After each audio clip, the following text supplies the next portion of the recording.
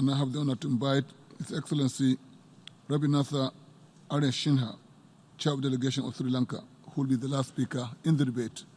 Excellency.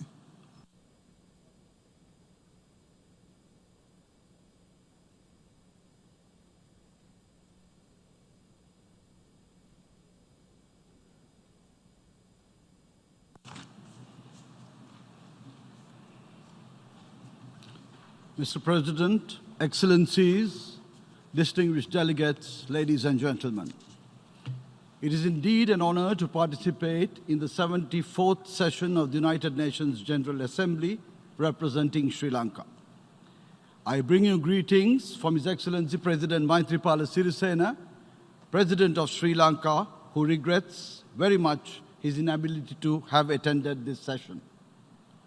Permit me to warmly congratulate His Excellency Professor Tajin Mahamud Bande, President of the 74th session of the UNGA, on his election. Undoubtedly, his long-standing experience will guide the work of this August Assembly to a successful conclusion. Let me also thank the outgoing President, Her Excellency Ms. Maria Fernande Spinoza Graces, for successfully conducting the work of the last session. I also wish to extend Sri Lanka's appreciation to Secretary General Antonio Guterres for his sagacious leadership and untiring efforts to achieve the objectives of the United Nations. Mr. President, the theme of this year's general debate is both timely and significant, as we strive to build a world of peace and prosperity by eradicating extreme poverty, ensuring access to quality education, and striving to respond to climate change and promote inclusion. As we complete the first cycle of the reviews of the implementation of the 2030 Development Agenda, it is clear that we have made substantial progress in achieving the SDGs. Yet, the end of the road is a long way off, with increasingly devastating impacts of climate change threatening to reverse these gains and impede our path to development. Sri Lanka reiterates its strong commitment to the climate-related global initiatives. Sri Lanka endorses the clear message of the Climate Action Summit held last week at this very venue. We are on that, and note that we are on the brink of a climate emergency. It is imperative to strengthen our collective political will and accelerate global action in stalling its emergence. Inequality-driven push factors aggravated by climate change have a definite negative bearing on individuals and communities, forcing them to leave their usual habitats, resulting in mass-scale migration of people. Having adopted the Global Compact on Migration, a voluntary framework for governing migration in a manner that is safe, orderly, regular, and responsible, it is now time for us to ensure its full implementation. Climate change has also exacerbated the global phenomenon of poverty, undermining human dignity and remaining as one of the greatest threats to the achievement of the goals of the 2030 Development Agenda. Sri Lanka remains committed to the international efforts on poverty eradication, which has been at the heart of our development strategy for several decades now. Quality education remains the key to social progress and economic empowerment. Sri Lanka greatly values quality education as a means of eradicating poverty and achieving progress. We have a long-standing policy of providing universal and free education at primary and secondary levels since 1945, many decades before the introduction of the MDGs or the SDGs. Today, Sri Lanka's literacy rate stands at 92%, one of the highest in the world. As we persevere in these efforts to reverse the negative trends, our ability to address global challenges have been compromised in recent times by the increasing threat to multilateralism. As the UN approaches its 75th anniversary next year, this is an excellent opportunity to assess its successes and failures, including its engagement with member states. partnerships fostered between member states and the UN over 70 decades based on trust and equity must not be compromised and allowed to be hijacked by actors accountable to none with selective political agendas. With change in the landscape of global politics, particularly with the emergence of non-state actors as an organization composed of and driven by sovereign member states, it is vital that primacy and respect be given to decisions taken by member states regarding essentially domestic matters. In this context, our quest to strengthen the work of this very UN General Assembly through its revitalization process is extremely important to ensure that it remains relevant as the main deliberative and policy-making organ of the United Nations. Therefore, it is incumbent upon the UN policy implementers to refrain from being misled by entities with vested interests. The UN must also desist from making decisions without a valid consultative process, as its works has always been member state driven. Failure to do so will not only vilify this august body and negate the values that it represents, but will also break the trust of member states, jeopardizing the partnerships within the United Nations. Sri Lanka's commitment to disarmament remains steadfast.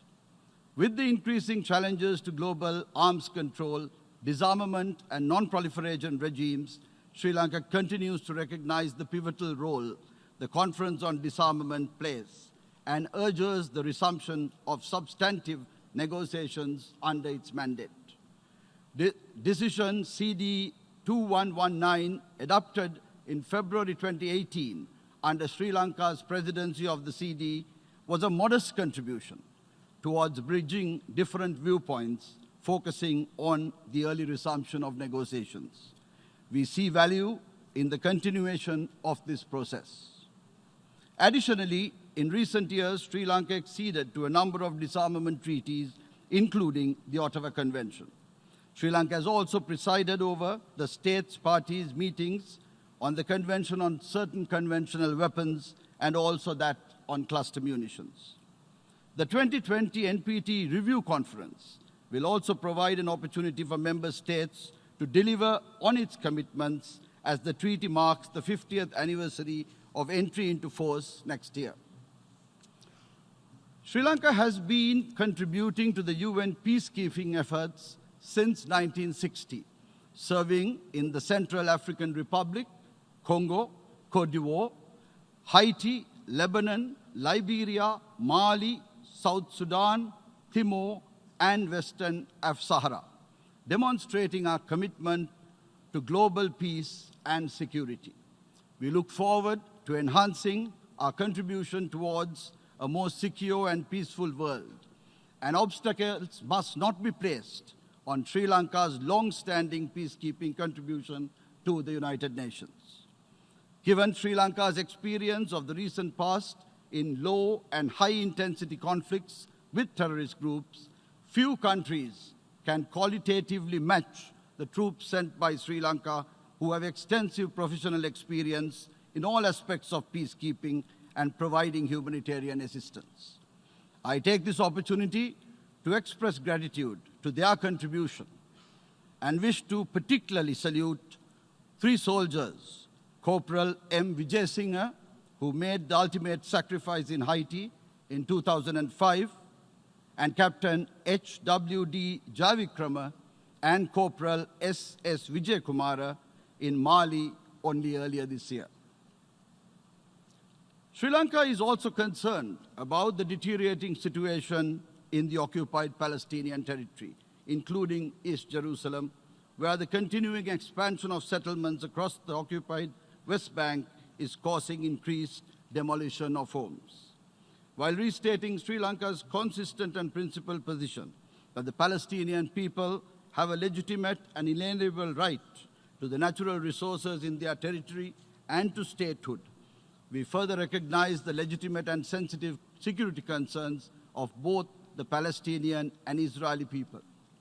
In this context, Sri Lanka reiterates the importance of the early implementation of the UN General Assembly resolutions regarding the inalienable rights of the Palestinian people to statehood and the attainment of the two-state solution on the basis of the 1967 borders. Mr. President, there can be no development without peace. Peace is a catalyst for stability, inclusivity, and socio-economic growth. For nearly 30 years, my country was one of the worst affected by separatist terrorism long before the fight against terrorism became an international buzz phrase. With the defeat of terrorism in Sri Lanka in 2009, for nearly a decade, we experienced an unprecedented peace dividend. However, on 21st April, Easter Sunday this year, this peace was shattered by a heinous attack in Sri Lanka, which took the lives of over 250 of our citizens and foreign nationals and injured many other hundreds. This was an act of radical extremist terrorists who were inspired by and claimed allegiance to ISIS. This challenged the pluralistic processes in Sri Lanka of normalization, reconciliation, and development arduously built since the end of the separatist conflict. Despite the attempts of these terrorists to destroy the country's social fabric, the resilience and trust between our communities and the law enforcement authorities ensured that citizens themselves warned of impending attacks and assisted in apprehending the culprits. This incident also reminded that no country is immune to the bane of radicalization, extremism, and terrorism. It has reaffirmed our resolve to fight these global menaces and urge all countries to work in collaboration to address the root causes. We thank particularly the UN Secretary General and our friends in the international community who unreservedly condemned the Easter Sunday attacks and supported the government of Sri Lanka in numerous ways. Mr. President, the events of Easter Sunday bombing also taught us that fighting terrorism must go hand in hand with protecting human rights. One cannot be compromised for the other. This very delicate balance has often been elusive, with states veering towards one extreme or the other, applying double standards to similar situations and often politicizing these issues. We as a nation have found ourselves up to the task of overcoming these challenges posed by the violent extremism of Easter Sunday. The citizenry was secured within a relatively short period of time and law and order restored. Our institutions asserted themselves, each in their role to ensure the people, communities, and societies as a whole were able to feel safe again. In fact, the post-Easter Sunday attack period has proved to be a litmus test on Sri Lanka's resolve to adhere to human rights standards while fighting terrorism, and also determine the strengths and shortcomings of the democratic institutions that have been strengthened in recent years. In this context, a ministerial committee headed by Foreign Minister Tilak Marapana has been established by the Cabinet to study and propose amendments to the draft counterterrorism legislation currently under consideration by Parliament. Conscious of our international obligations, Sri Lanka is also consulting partners in striving to bring about domestic enabling legislation that would make us compliant with more recent Security Council resolutions on combating terrorism, those relating to terrorist financing, border security, returning terrorist fighters, and on countering violent extremism. Efforts are also underway to curb the terrorist use and abuse of internet and social media platforms, including by evolving legislative measures and law enforcement mechanisms to counter radical ideologies leading to violent extremism. In this context, it is necessary to develop the critical thinking capacity of youth, strengthen community bonds, inculcate a sense of civic duty, and build community resilience to mitigate the effects and influences of extremist ideologies conducive to terrorism that may escape the eye of the law enforcement authorities.